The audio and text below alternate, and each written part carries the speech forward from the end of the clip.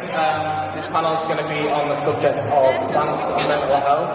We have 4 people who are members of the RALPH. Everyone pronounces it differently. I go for RALPH. The RALPH Facebook group moderation team. So we've got Laura, Lauren, Josh, Juliana, and then at the end we have YouTube star Emma. What I want to start off with is if everyone can just give us quick fire intros to who you are, how you got into plants. I'm Laura. I'm Laura from the admin team, obviously, and I got into plants. Well, my mum was looking into them, as I'm sure a lot of us here resonate with. I've always liked them, so peace lilies and orchids, and it's just sort of got a bit out of hand from there. Hi everyone, I'm Lauren. I actually got into plants to support my mental health, mainly to have secondary objectives because I'm into interior design, so I wanted to learn about plant placement.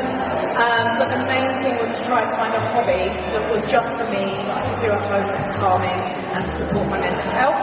I've only been collecting since 2019, so on this panel I'm quite new, but my collection is outrageous. I don't often sell because I just love them too much.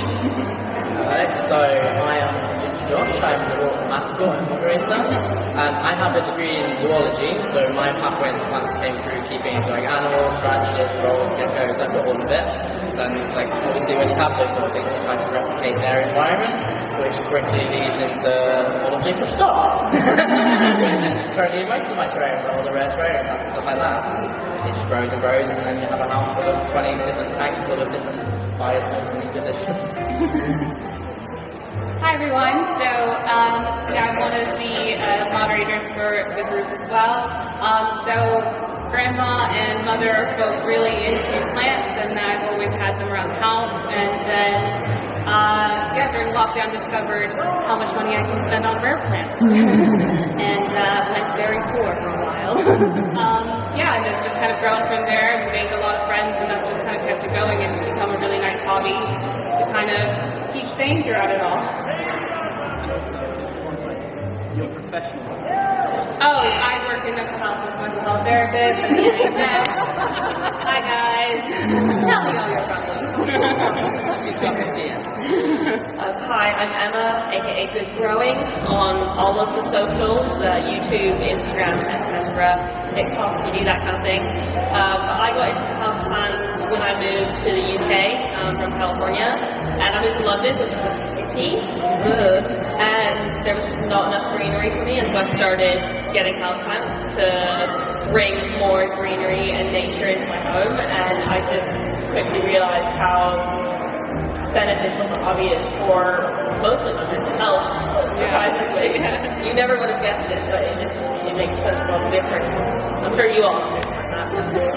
Thank you guys. So the next kind of subject I want to get into is I think everybody on the panel at some point has said to me or I heard them speaking about the fact that plants have played a big part in their mental health. So I want to kind of delve into that a little bit more.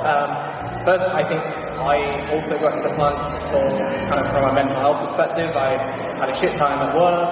I had a horrible project that went terribly.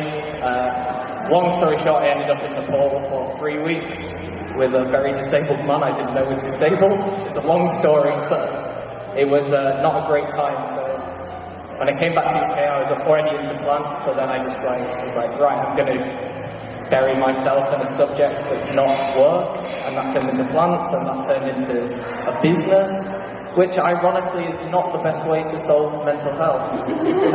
But we're here today.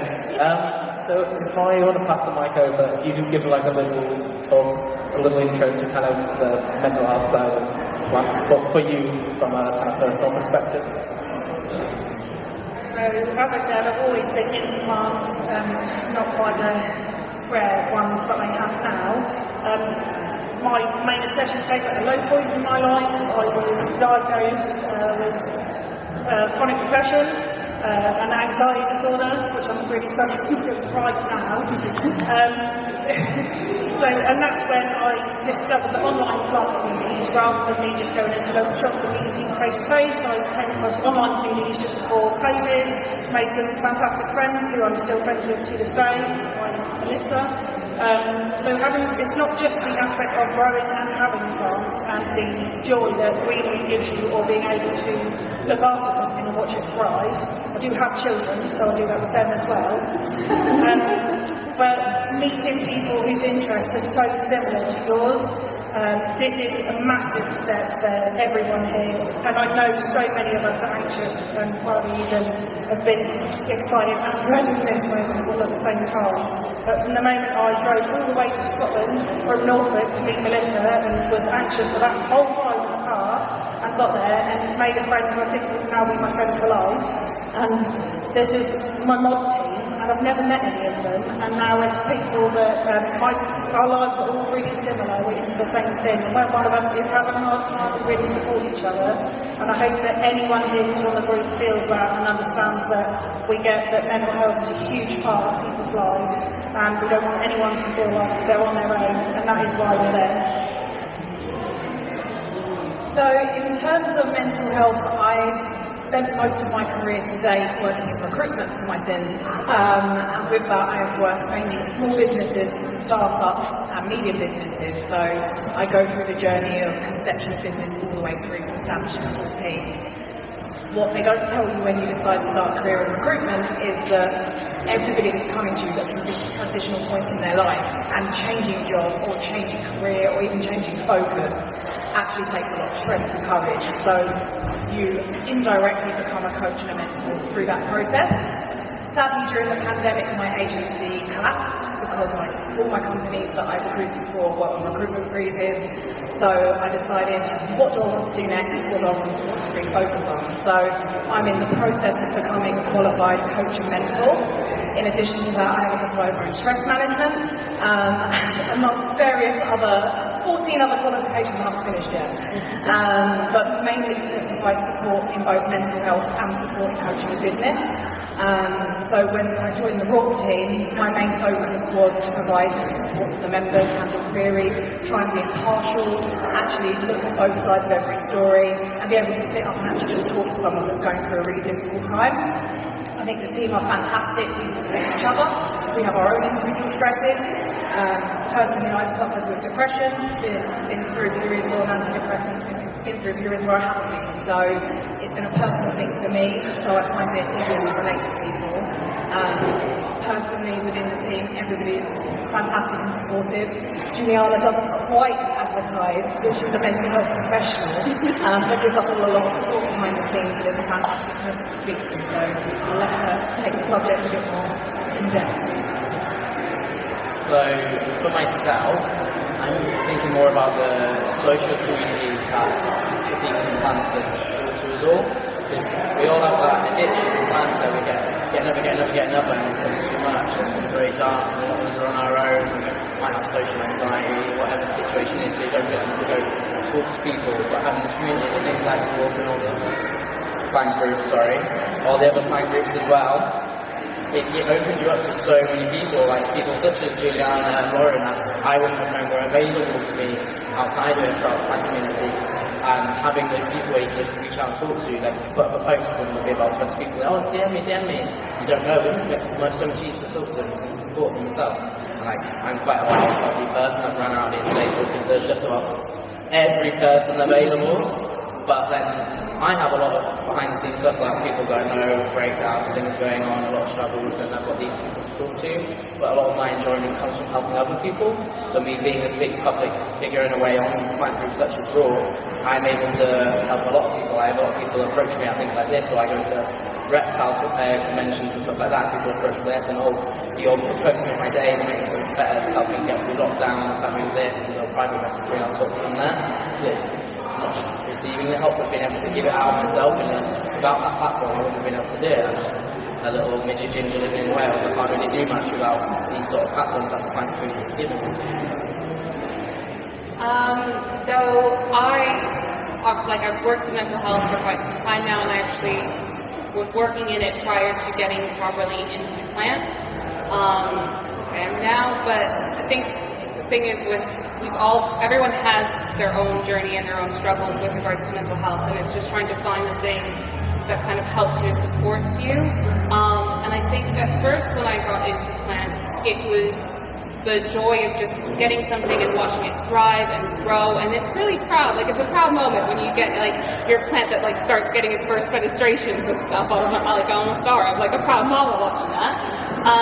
And I think also, there is also that side that when your collection starts growing, it starts adding a lot of additional pressures, especially for those of us that have another job or 2 jobs and stuff, and then you're like, oh, I have like 3 hours to plant things that I need to do at home, and the guilt that sometimes, I neglect stuff. So there is that kind of bit more like darker side, I think, of it, that we're always constantly juggling. And I think the thing that I found that I was struggling with that, and then I realized that there's a lot more than just plants. It's that massive plant community. Like, I loved coming here today and realizing, our group is massive and diverse, and like we probably don't have a lot in common in terms of our own lives, but you come here and you're just like instantly friends because we're all obsessed with plants. And I think it's that community side of things that has really, really had a big impact, because, it's not, we could talk about those plant struggles and we could talk about like be happy and support each other through those, but you also just make some really good friends, and that's been the best part for me and really helpful in terms of, it's a great job, but I mean, sometimes you do get a bit more difficult situations, and I can just go on the group or go on Instagram and see, some lovely plants or some like happy people, and it's really, really nice having that release there. So it's an amazing hobby in that sense.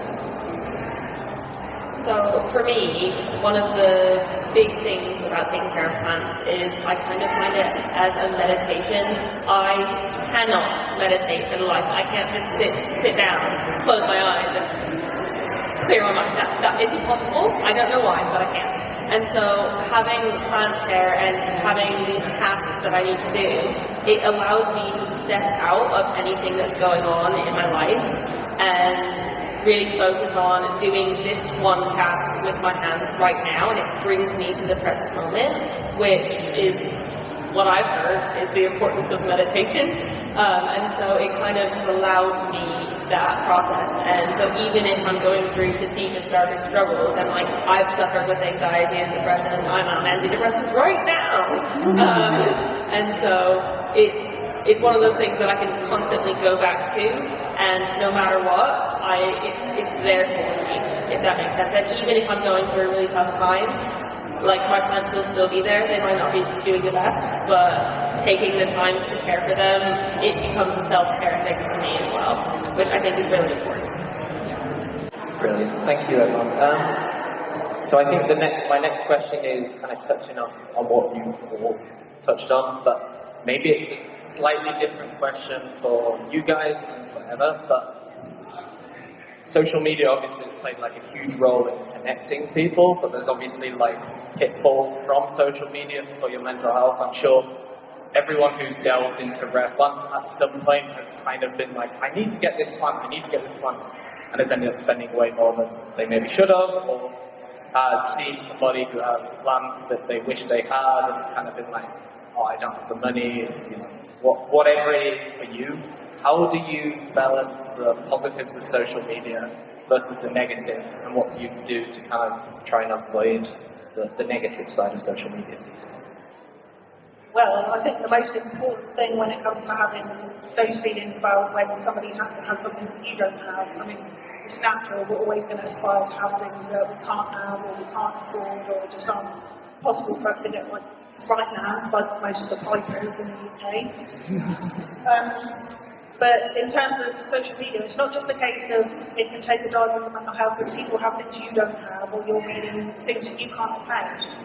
There can really be quite an underbelly on social media, and running a big Facebook group and knowing so many planty people, obviously there are collisions of different people, different minds, different opinions, different ways that people think we should do things, which is massively difficult for us now that there's so many people in the Facebook group, that we only started up as a bit of a laugh one day, and it sort of spiraled from there. So I would say the main thing with social media and keeping yourself sane and well is just sometimes just log out. And I don't announce it on the group, but there'll be some times where I don't come and post anything for 2 weeks because I haven't got the time or the inclination, or I just need a break.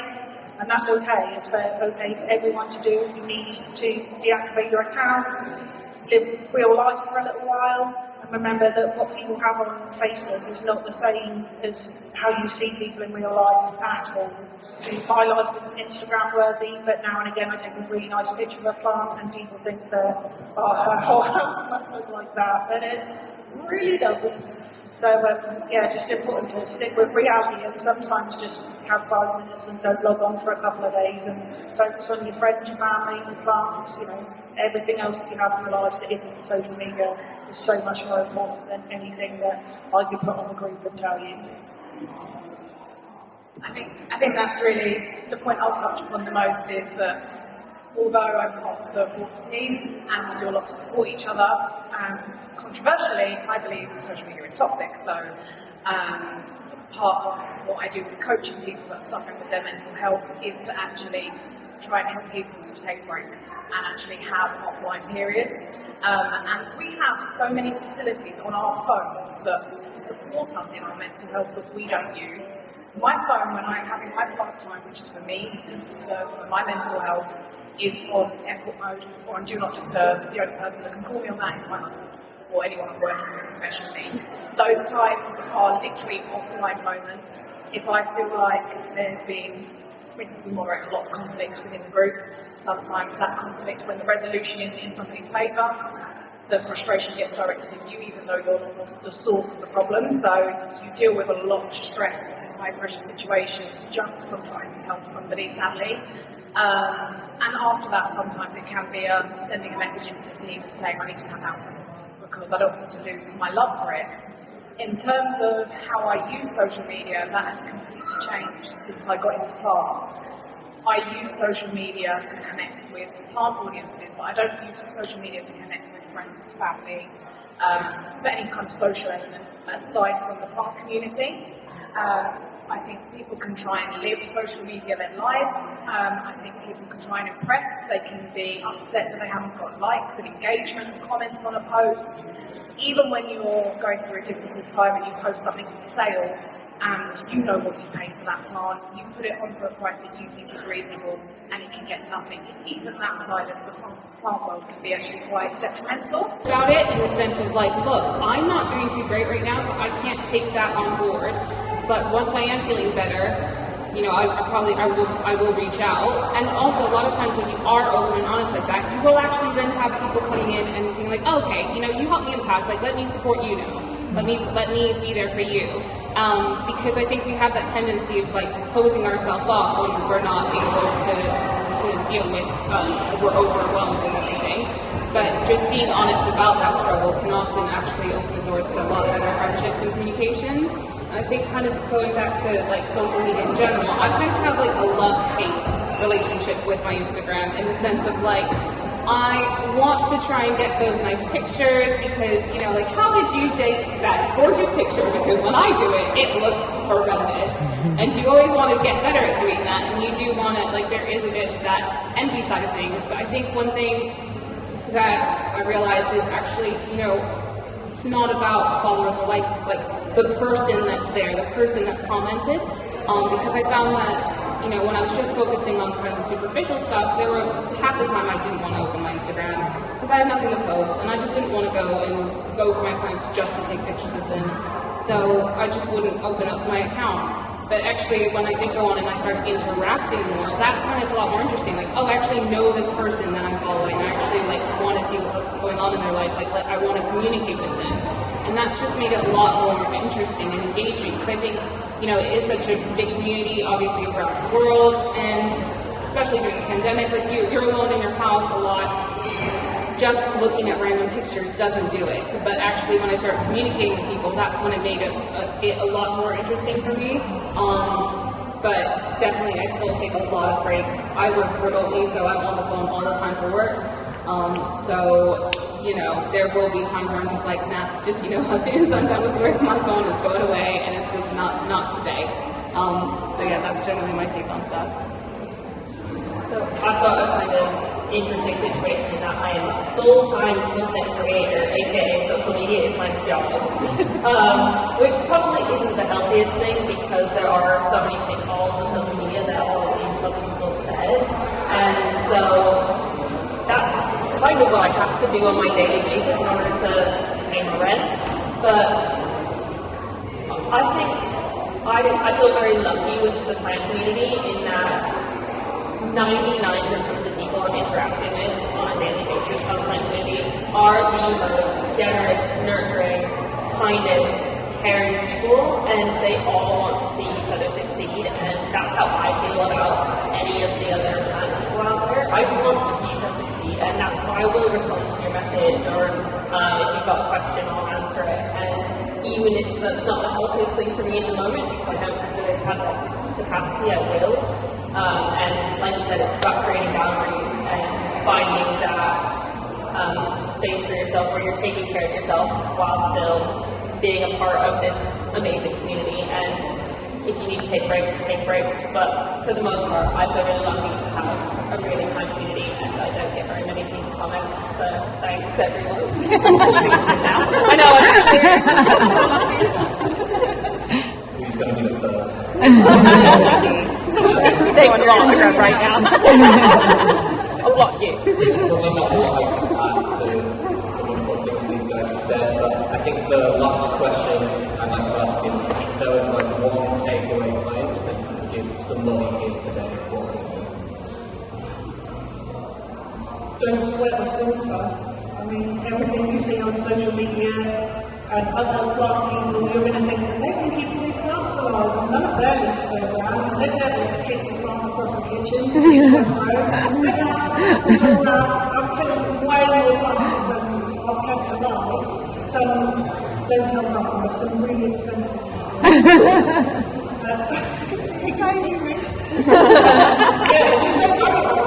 People are saying and it's like when it comes to the next plant you want, and everyone on Instagram's got one, and none of them are in the UK, but we're not going to use it for about 4 years. Don't worry about it. There are so many beautiful plants out there that don't all have to be really expensive aeroids. There's a whole world of plants out there. So please don't buy any plants. I think a lot of people can be guilty of being lurkers on social media and just watching everything that's going on, especially when you're newer to plants. I remember joining Broad for the first time and seeing the wealth of knowledge there and going, oh my gosh, I contribute to any questions that are so stupid. And I think really if you're looking for community, the best way you can get involved in the community is to ask questions. And there are no stupid questions. I believe that just generally in life. If you don't ask, you don't learn. So, and you're going to be conflicting answers. But I think even if you've got the most basic question about propagation, put it in a group, talk to people, and just say, right, what would you do with this? I propagate every single plant in a completely different way. So every answer is valid, but it might be something you would consider before. And I think that engagement gives you more value in community, and you'll see people you want to talk to. And if you interact regularly with people, you'll get people from value out of it. And I think that's the healthiest way to participate in the community. I think if you just take a back seat a lot of the time and don't get involved, you are just seeing the superficial side of it and actually not getting the benefits from the community. But, if you chat to people online, you might get used to the brain hunters. The plant community is exceptionally gracious and generous. I think like once you start to get to know each other, people stop with you, people will see your name if you've got something, you'll develop those friendships and you'll have somebody to talk to that's completely separate from your general life. And actually sometimes that's also what you need. I've got situations where I might be experiencing stress from a friend. And I wouldn't want to talk to another friend because then that might be someone they're connected to and that goes across quite edgy. So then you might go, right, well actually I've got friends that are completely removed from my, let's say, day-to-day life that I actually have a good relationship with and I can connect with them. So I think if you're going to utilise the community, get involved in the community. Don't have fear of posting, don't have fear of contacting people. If you're experiencing something you're not happy with, especially in the beginning of our group, one of the first things that I wanted to do, which took us a long time to set up, was to provide a member support team within Raw. Our team is to objectively support people, and even if it's not salesmen, even if it is that you bought one and it's something's gone wrong, if you're actually having a problem just within the group or personally, so you've got a team of 5 of us that will confidentially handle it and speak to you and provide that support. And when one of us isn't available, we ask for somebody else to come back to you, because then that gives us a separation. Because actually I'm taking a break, but I'm going to refer you to Julie or probably one of the other team. We're always providing somebody available all the time. So for me, my take home is going to be, don't let the addictions take over your own personal health. Being like an overly people-pleasing, socially dependent person myself, I'll notice that I'll work a full day, it might be a terrible day, it might be an amazing one, and then I'll come home with all my plant duties I've got to do. There's my first addiction, I've got several hundred plants that I need to go and take care of. My second addiction comes in over social media. I'll then sit there for hours and hours, catching up on notifications, helping other people, 10 people, go by that plan, go to Instagram, go back to Facebook, go back and forth. And before you know it, it's 3 in the morning, it's been 6 hours, you've been sat around the phone, it's like, shit, I haven't eaten today, or I haven't slept today, but I do that every single day. So I would probably sleep the equivalent of 3 days in the whole week, and I'll probably have about 2 or 3 whole meals in that week, just for my time I'm spending doing other things. That's neglecting my own personal health, which is a vicious cycle, goes into my work, goes into my contributions to Raw, but it's not as good. So you need to know when to stop yourself. Like Juliana said, come home, throw that phone away, not going on it today. Deal with the next day, it's fine. You need to recognise that they are addictions and moderate yourself with. So I think kind of 2 takeaways. I think obviously we've all kind of touched a little bit about our mental health journey. Obviously I talked about a little bit of my experience working in mental health. I've had my own journeys and my own struggles. And I think one thing I'm not going to ask this, but I'm pretty sure if I were to ask like, who here has struggled with mental health, I think everyone would probably raise one hand, if not 2, if not like your feet as well. Like you are definitely not alone. Like the thing is, I think with our mental health journey, and especially through the past years we've had, it's really, really isolating, and it's really, really easy to kind of feel alone. And a lot of us got into this hobby because of that. So I think it's just important to remember that you're definitely not alone in those struggles, and there are thousands of people, if not more than that are just as quirky as you and just as obsessed with the food plants that you have and any other hobby that you might like. And just remembering that there are people behind those faces when it comes to social media. There are people there that are willing to answer any question that you might have, willing to engage as much as you want. I mean, I can personally say that I've definitely asked Jacob way more questions than I should about really random stuff, getting into them. Email grows calls on a regular basis with random questions because I don't know what I'm doing half the time. And that's okay, because most of us don't.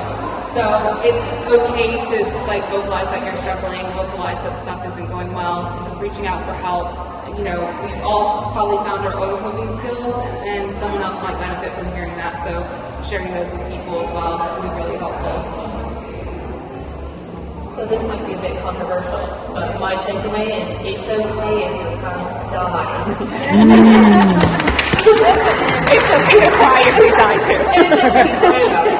So I didn't really get much time to talk about this, but plant burnout is also a really serious thing. Like right now I've got about 200 plants in my collection, and at points in time that can be massively overwhelming, and whether you have 20 plants or 200 or 2,000, that can be really overwhelming, and that is completely normal. And if there are times when plant care feels like too much, it is okay to step back. And I know it's really hard because they are living beings and all of us are caring, nurturing people by nature, because that's what the whole hobby's about. But it is okay, and I know it might be money, but in the end they are replaceable, and it's not like not killing a person. So it's okay if your plants die, and it's more important to take care of yourself and family and your friends, and I know it's hard, but put yourself first. Plants are just there to be helpful.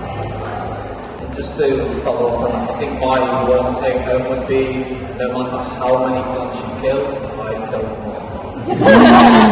So, yeah, on that note, I think everybody touched on the idea of like talking to people, but these guys just got up in front of all of you and spoke about very different things, so can we just get a round of applause?